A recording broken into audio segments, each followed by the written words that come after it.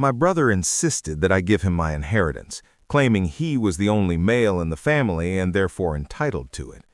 My brother Vince, who is 3 years older than me, had been telling me I was inferior since we were children.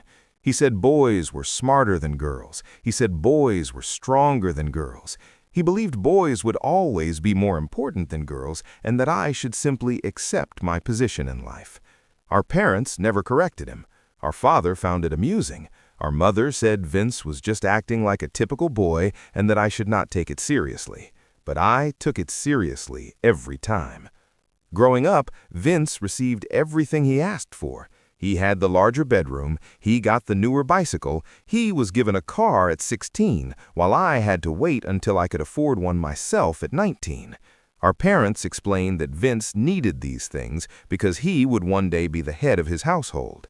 They said I would eventually marry someone who would provide for me, so I did not need as much. I learned early that arguing changed nothing. Instead, I focused on working harder. I started a job at 15 and saved every dollar. I earned scholarships to cover college because our parents said they could only support one child, and Vince needed it more. I graduated with honors and secured a stable job in accounting, while Vince dropped out after 2 years and moved between low-paying jobs. None of that affected how our parents saw him. Vince remained the favored child simply because he was the son. Our grandmother was different. Grandma Fay, our mother's mother, had strong views about how we were raised. She told our mother that favoring Vince would harm him. She said I deserved equal opportunities. She reminded her that the world was changing and women no longer depended on men for support. Our mother ignored her. Grandma Fay, however, never ignored me. She called me every Sunday to ask about my life. She attended my college graduation, even though our parents said the trip was too far. She visited my first apartment and told me she was proud of the woman I had become. She said I reminded her of herself when she was younger. She also said she wished she had someone supporting her back then, the way she wanted to support me now. When Grandma Fay became ill 2 years ago, I drove 4 hours every weekend to care for her. I prepared her meals, cleaned her home, and sat with her while she watched her favorite old movies. Vince visited only twice in 18 months, and both times he asked her for money.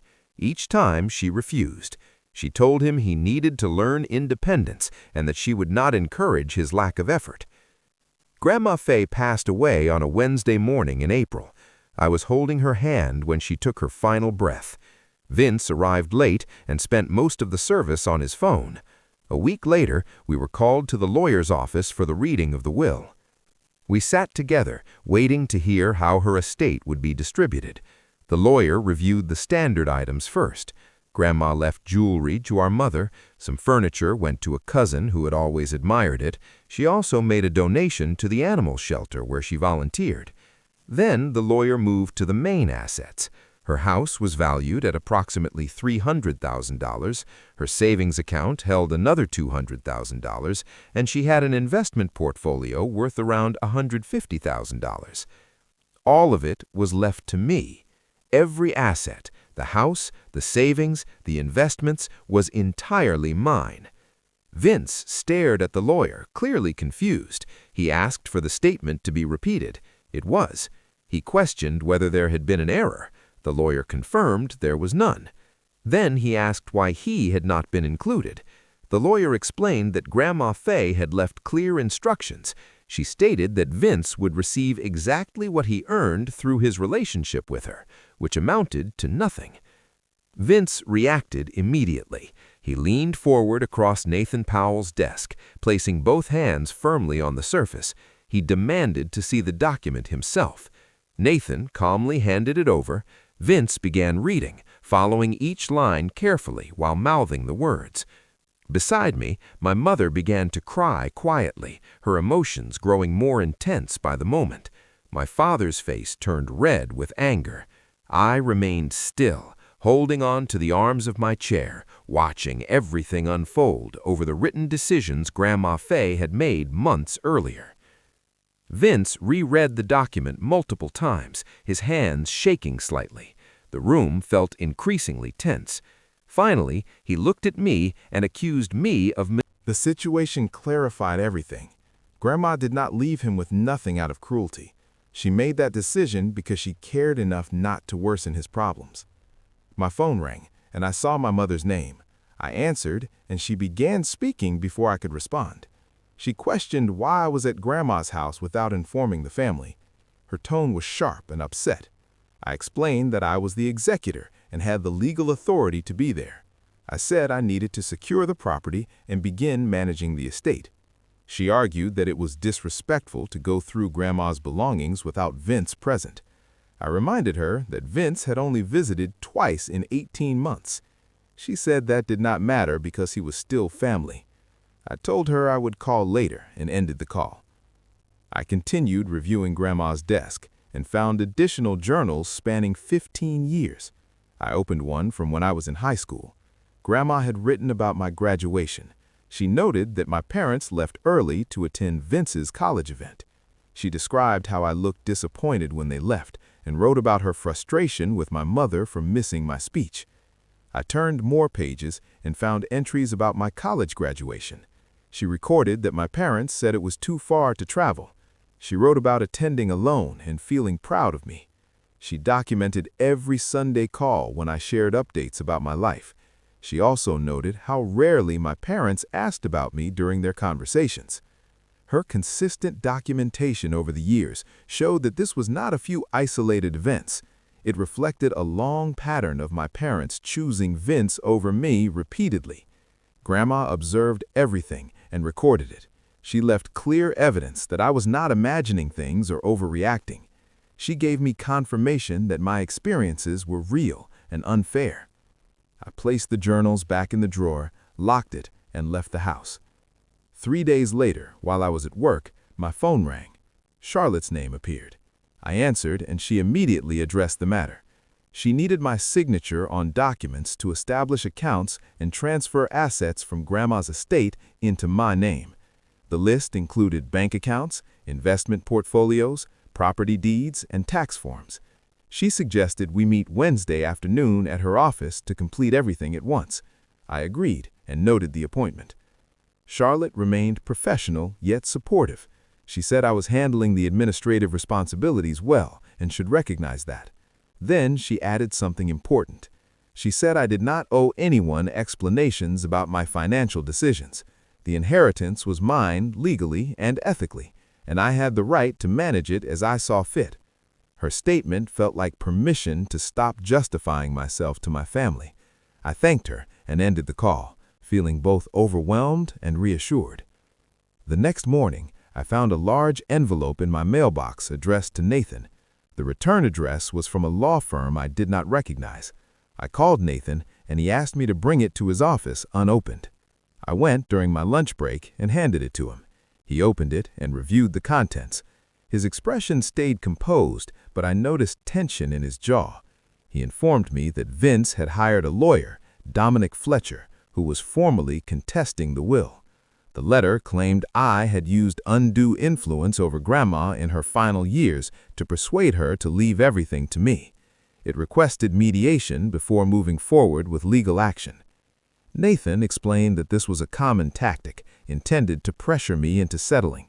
He said the claim had no basis given the extensive documentation of Grandma's mental capacity and her clear written explanations.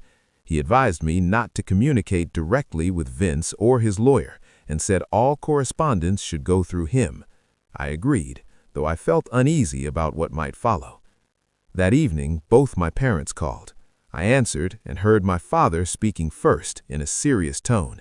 He said Vince's lawyer suggested we could avoid court if I agreed to divide the inheritance. My mother joined in on speakerphone, saying legal proceedings would reduce the estate through fees and that I should compromise. I asked why they had never considered equal treatment while I was growing up. My mother said that was not relevant now. Her response made it clear they did not recognize their role in the situation. I stated that I intended to follow Grandma's legally documented wishes. If Vince chose to pursue a case with little chance of success, that was his decision. My father raised his voice and called me ungrateful, asking if this was how I repaid them. I responded by pointing out that they funded Vince's education while I relied on scholarships. They gave him a car while I purchased my own. They consistently prioritized his needs throughout my childhood. I asked what exactly I was expected to be grateful for. My mother began crying, and my father said I was no longer welcome at family events until I resolved the situation. The call ended with my mother still upset. I sat on my couch looking at my phone. They were blaming me for circumstances created by years of favoritism and Vince's sense of entitlement. The contradiction was difficult to ignore. I called Natalia and she came over with food. She listened carefully and reminded me that their reaction reflected their inability to acknowledge their own mistakes, not my value. Her perspective helped, though the situation still felt heavy. On Friday, I met Sabine Lockhart at her office. Natalia had recommended. The security camera provided a clear view of the front porch and driveway. I felt frustrated that these measures were necessary because of my own brother. At the same time, I noticed something else. I began recognizing patterns in Vince's behavior that I had previously overlooked. He became loud when things did not go his way. He blamed others for his problems. He acted as if the world owed him something. I once thought he was simply short-tempered, but now I understood it went beyond that.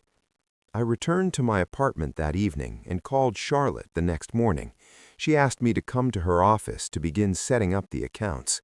Charlotte guided me through each step of transferring the assets into my name.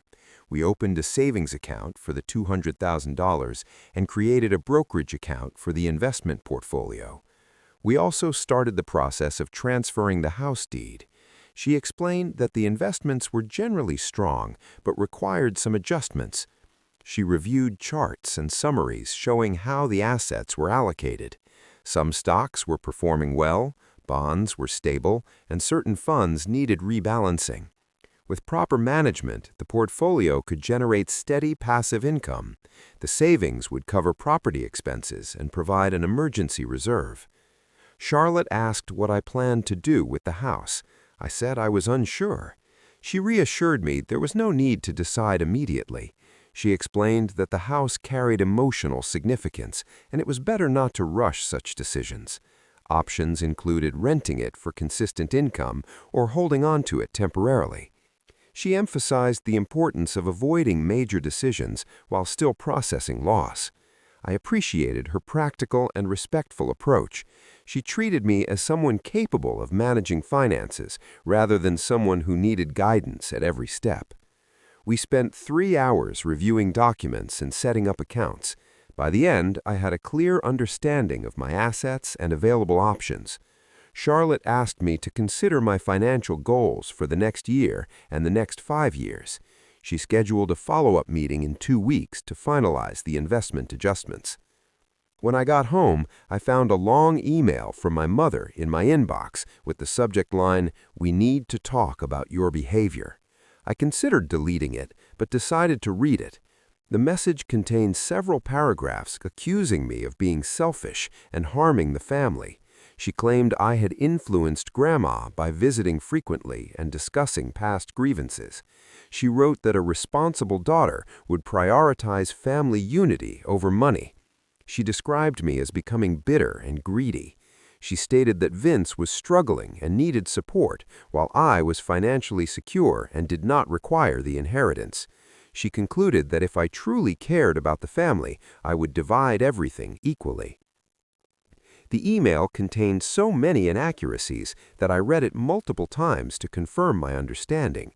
My mother criticized me for spending time with my grandmother during her illness. She labeled me greedy for accepting an inheritance that was legally given to me. She suggested I did not need financial support, despite my history of funding my own education while they supported Vince.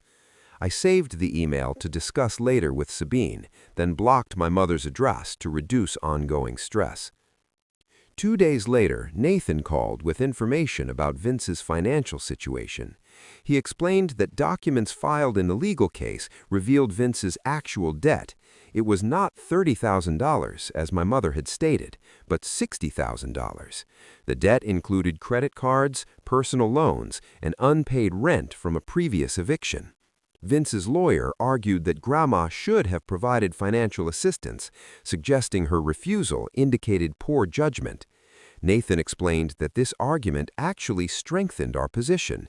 It demonstrated that Grandma was aware of Vince's situation and intentionally chose not to enable it. Nathan also had records showing that Vince had asked Grandma for money multiple times. She refused each request and advised him to take responsibility. Nathan said the legal challenge was unlikely to succeed and was likely being prolonged unnecessarily. He advised me not to worry and to allow him to manage the legal process. The following weekend, I returned to Grandma's house and found a file labeled Estate Planning. Inside were letters between her and Nathan over the past 3 years. I reviewed them carefully. Grandma documented 6 separate requests from Vince for money. The amounts increased over time, ranging from $5,000 to $20,000. Each time she declined and explained her reasoning. She noted that he did not learn from past mistakes and financial support would only reinforce negative behavior. She emphasized that he needed to face consequences and become independent. After each refusal, Vince reduced contact for extended periods. She expressed sadness about this pattern, but acknowledged that change was unlikely. Her records were detailed and consistent. She kept copies of messages, notes from phone calls, and logs of visits. It was clear she made her decisions thoughtfully. At my next session with Sabine, I shared my mother's email and discussed my feelings of guilt. She asked how I viewed the accusations. I said they were inaccurate but still difficult to hear. I asked why I felt responsible for Vince's situation.